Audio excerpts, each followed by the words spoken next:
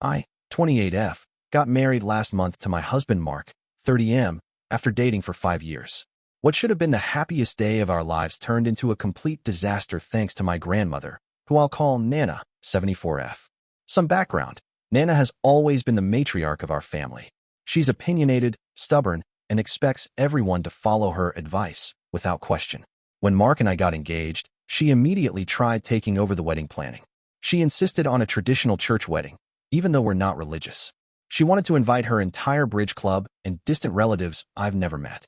When we politely declined her suggestions, she would get quiet and make passive-aggressive comments about modern weddings and how young people have no respect for tradition. We decided on a beautiful outdoor ceremony at a local botanical garden.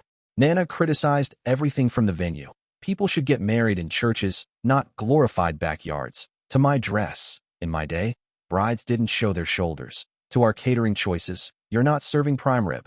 Despite this, we stayed firm with our decisions. Big mistake. The week of the wedding, strange things started happening. The florist called saying someone changed our order from wildflowers to traditional red roses. The bakery contacted us because we had supposedly requested to change our modern geometric cake to a traditional tiered white one with those plastic bride and groom figures on top. Our DJ reported that his playlist had been altered to include more classic wedding songs and fewer of the indie tracks we had selected. Each time, the vendors said an older woman claiming to be the bride's grandmother had made these changes. Some vendors had already started the new orders, creating chaos as we scrambled to fix everything. The morning of the wedding was even worse. I arrived at the venue to find Nana had somehow convinced the decorators to add white tulle and satin bows everywhere, completely contrary to our minimalist greenery theme. She had also brought a church organist who was setting up in the corner of our garden venue. When I confronted her, she smiled sweetly and said, "I just fixed a few things, dear. You'll thank me later." This is how weddings are supposed to be. The final straw was when Mark and I discovered she had secretly invited her priest, who was preparing to officiate instead of our friend with the online certification. She had told him we had changed our minds about the ceremony. I completely lost it.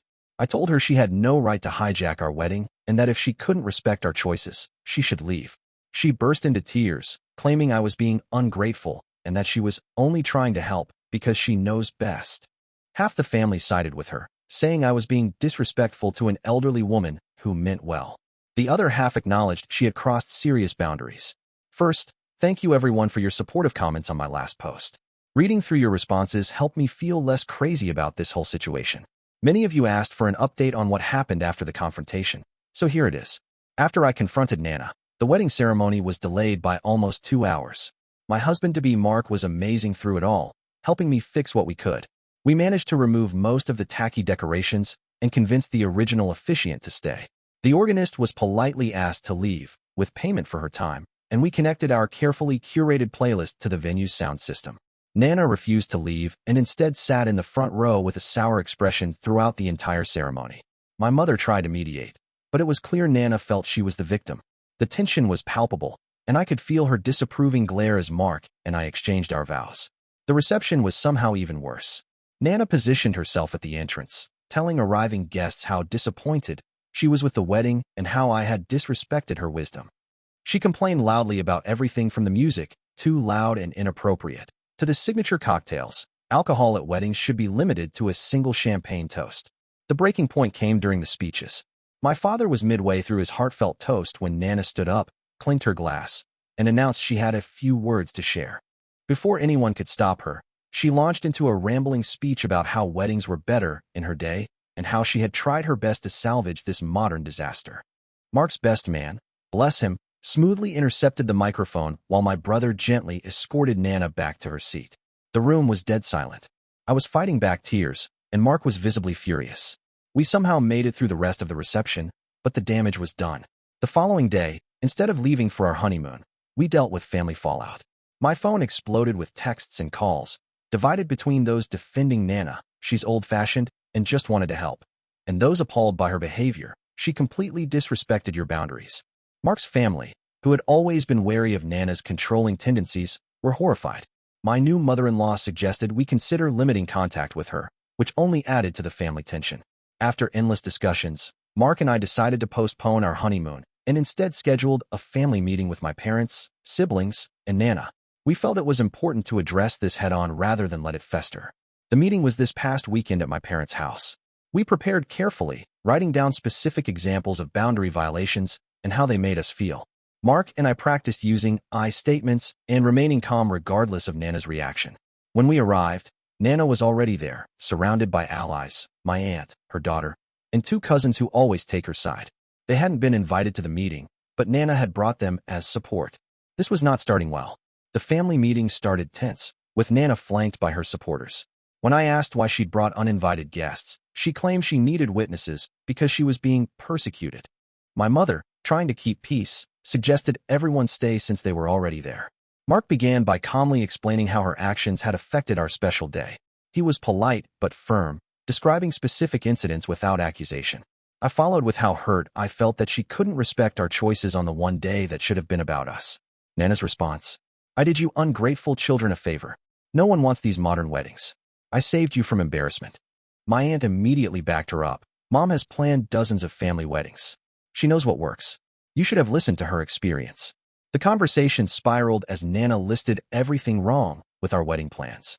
The revealing moment came when she said, "Everyone was talking about how beautiful the changes I made were. Multiple guests told me they were relieved someone fixed your wedding." My brother, who had remained quiet, finally spoke up. "Nana, I talked to literally everyone at that reception. Not a single person said that. In fact, people were uncomfortable with how you behaved." Something in his calm contradiction seemed to crack Nana's facade. For a brief moment, she looked uncertain. Then she burst into tears, not the manipulative kind I'd seen before, but genuine sobs. Through her tears, the truth emerged. Since Grandpa died 3 years ago, Nana had felt increasingly irrelevant in family decisions. My wedding was her attempt to prove she still mattered, that her opinions still counted. She admitted she'd gone a bit overboard, but insisted her intentions were good. My mother gently suggested that perhaps Nana could benefit from grief counseling. Surprisingly, instead of rejecting the idea outright, Nana quietly said she'd think about it. The meeting ended with no perfect resolution, but a fragile understanding. Nana acknowledged she had perhaps overstepped, though she didn't offer a full apology. We agreed to move forward cautiously, with clearer boundaries. 2 weeks later, we finally left for our honeymoon, a scaled-down version since we'd spent some of our budget dealing with wedding day chaos. While sipping cocktails on the beach, Mark showed me something on his phone, a text from my mother saying Nana had attended her first grief support group meeting. It's been 3 months now. Nana and I have a different relationship, more distant, but also more honest. She still makes comments about our choices, but stops when reminded of boundaries. Last week, she surprised us by sending a gift certificate for a professional photographer, with a note, "For new memories. Your way." Mark says this experience taught us an important lesson for marriage: how to stand united against external pressure. My therapist says it's a classic case of generational differences colliding with grief and control issues. I still don't know if I handled everything right. Maybe I could have been more patient or seen the warning signs earlier. But I do know that while Nana sabotaged our wedding day, she inadvertently helped strengthen our marriage by showing us we could weather family storms together. For those facing similar family dynamics, set clear boundaries early, document everything in writing with vendors, and remember that sometimes the people who hurt us are fighting their own battles we know nothing about.